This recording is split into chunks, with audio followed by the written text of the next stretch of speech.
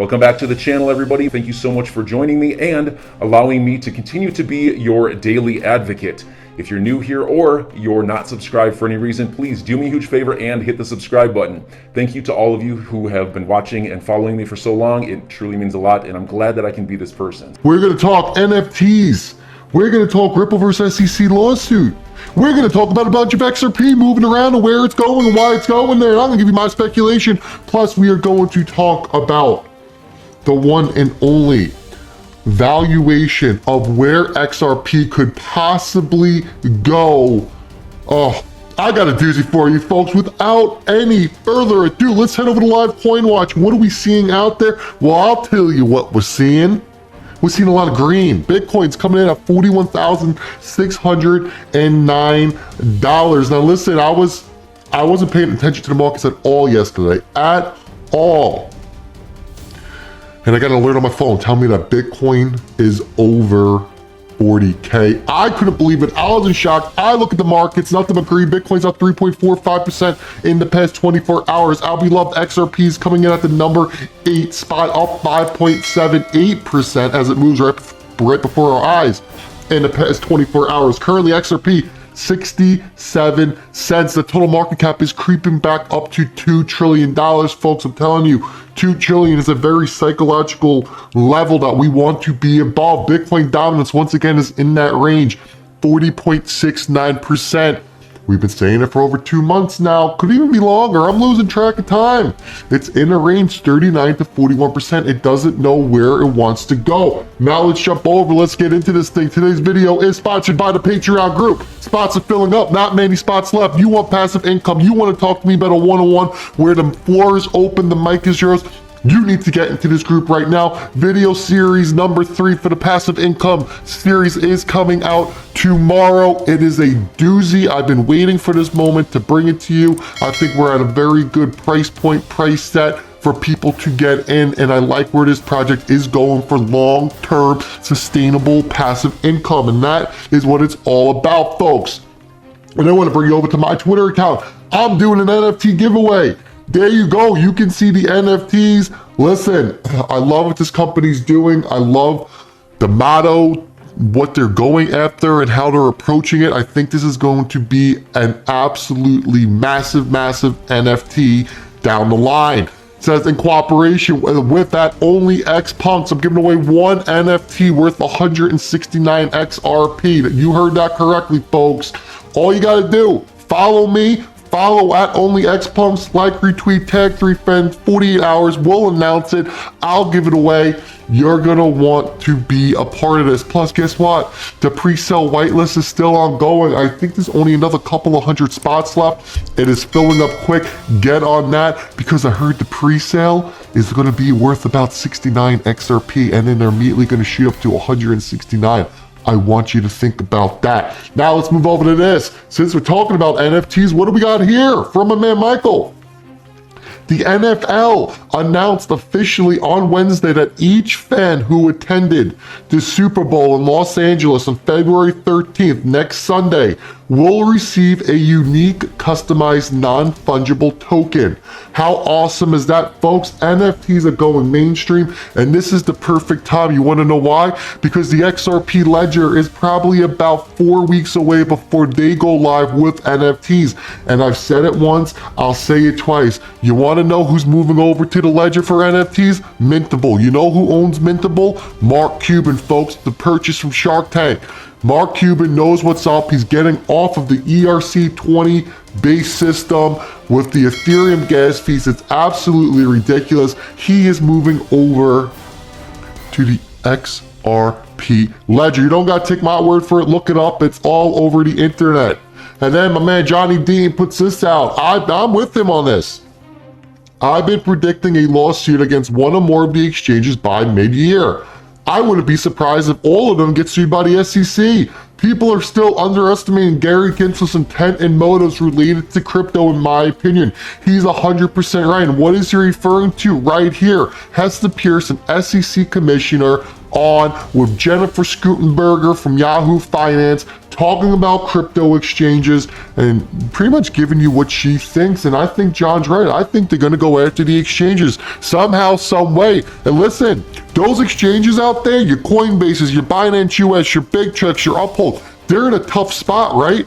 Because they don't know what's a security, what isn't. According to the SEC, everything's a freaking security. They say they never even gave Bitcoin, Ethereum a free pass. So what are they going to try to do? It looks like it's a huge, huge problem and issue. Listen to this clip. It's only a minute. Here we go.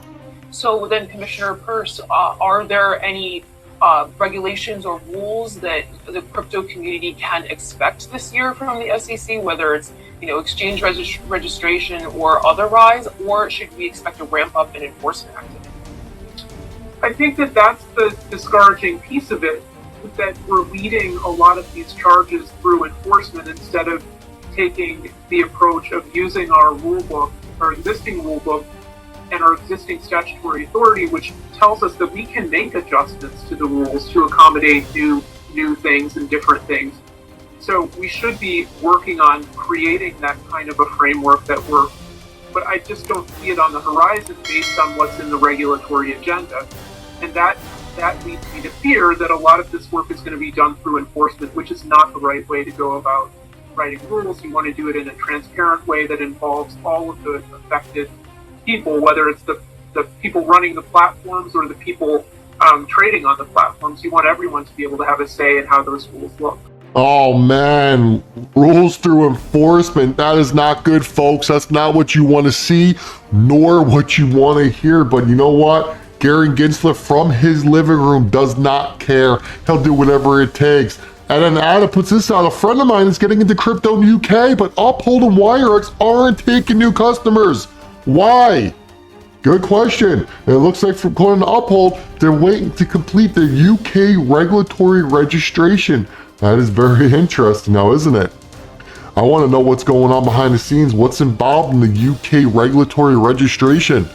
We know the UK is big on XRP, folks. I'm just saying, and XRP Crypto puts this out.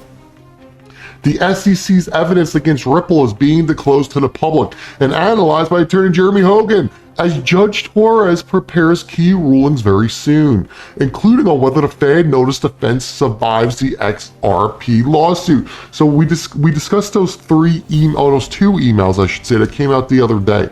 Listen, the biggest thing in this case is that Ripple wasn't charged for fraud, right? They weren't charged for fraud. They were charged for selling an illegal security. But the emails that we're seeing coming out, here's the crazy part about this. Nothing shows that Ripple ever supported or talked about the price of XRP going up directly by what they are doing. And that's what these emails are saying, and Crypto Wolf says again. Another article, Attorney Jeremy Hogan says the next few months will be exciting because Judge Torres is getting ready to take over the XRP lawsuit, and it'll be very interesting with all the major rulings that are being teed up. Listen, next couple of months, I think we're going to see fireworks. I think the fireworks are going to start this month. Listen, video number 2 that I'm going to put out this afternoon is going to cover this more in depth. Don't miss it. But I do believe that we are going to see fireworks happen this month and next month. I think it's going to be a strong end to Q1 and Q2 going into this lawsuit, folks. I can't wait, because you know what the ultimate catalyst for the price of XRP is going to be, right? It's going to be the lawsuit and then the effects moving forward from the lawsuit. And then Michael again puts this out. According to World Alert, some of his most recent tweets has been 2 lumps of XRP carrying over 20 million and 62 million coins have been transferred in the past 14 hours. Folks, that's a lot of XRP on the move, and it's going to different exchanges overseas. The question is why? Perhaps gearing up for liquidity? It's the only thing I could think. This is no everyday average Joe moving 62 million XRP around. I'll tell you that much. Now, I want to discuss the price of XRP. I want to discuss its road to 3 to 4 digits. I am a firm believer in a 3-digit XRP, but in order for XRP to get to 4 digits, what is it going to have to do? Well, it's going to have to chip into SWIFT, right? We know SWIFT really isn't doing anything to improve. We know that this system's especially being built out in Australia that are getting into and reining in trying to connect the SWIFT systems to use XRP to settle payments. Now, I want to run these numbers by you. SWIFT on an average day handles $5 trillion. Think about that. Do you think even if XRP took 10% of that over, that a 10 cent, a dollar, a $10, a $100 XRP is going to be sufficient? The answer there is no. Over a year, a 1 year period, 365 days, $1.25 quadrillion is being moved through the SWIFT system. I'm not saying Ripple's going to take over all 1.25 quadrillion or wherever that number goes, because you know it's only going to go up from here. But what I am saying, if Ripple just gets a small proportion of that, with the banks connected up to RippleNet and using XRP to move liquidity and to settle payments from different currencies around the world, how high do you think an XRP needs to be valued? Once again, a $1, $10, $20, $50, $100 XRP is not going to work. You are going to need a higher valuation of XRP so this money can move throughout the systems. When we're looking at SWIFT, we're looking at the transactions that are going through. These are high value dollar amounts. We aren't talking about your everyday average Joe, mom, dad sending 10, 50, 100 bucks, right, cross borders. We're talking about hundreds to millions of dollars being moved from different institutions, and they need to be able to settle it. Are they going to want to send hundreds of thousands of XRPs, or are they going to want to send thousands of XRPs? That is why the price needs to be at a higher value, so the less XRP that needs to move throughout the system. Then you got the World Bank talking about XRP becoming a stable coin. The question is, what stable value will XRP need to be presented at or be reached at in order to help move $1.25 quadrillion in a 365-day period, folks? A 3 to 4 digit price XRP is not out of the picture. A $1 to $20 to $50 XRP is just too low and too limited. It needs to be a lot higher. I want you to think about that for a sec. So enjoy your day, everybody. I'm always here for you. Leave any comments or questions below, and be sure to subscribe. But thanks, everybody. I really appreciate you. Enjoy your day, and I always have your back. So thanks so much, everybody.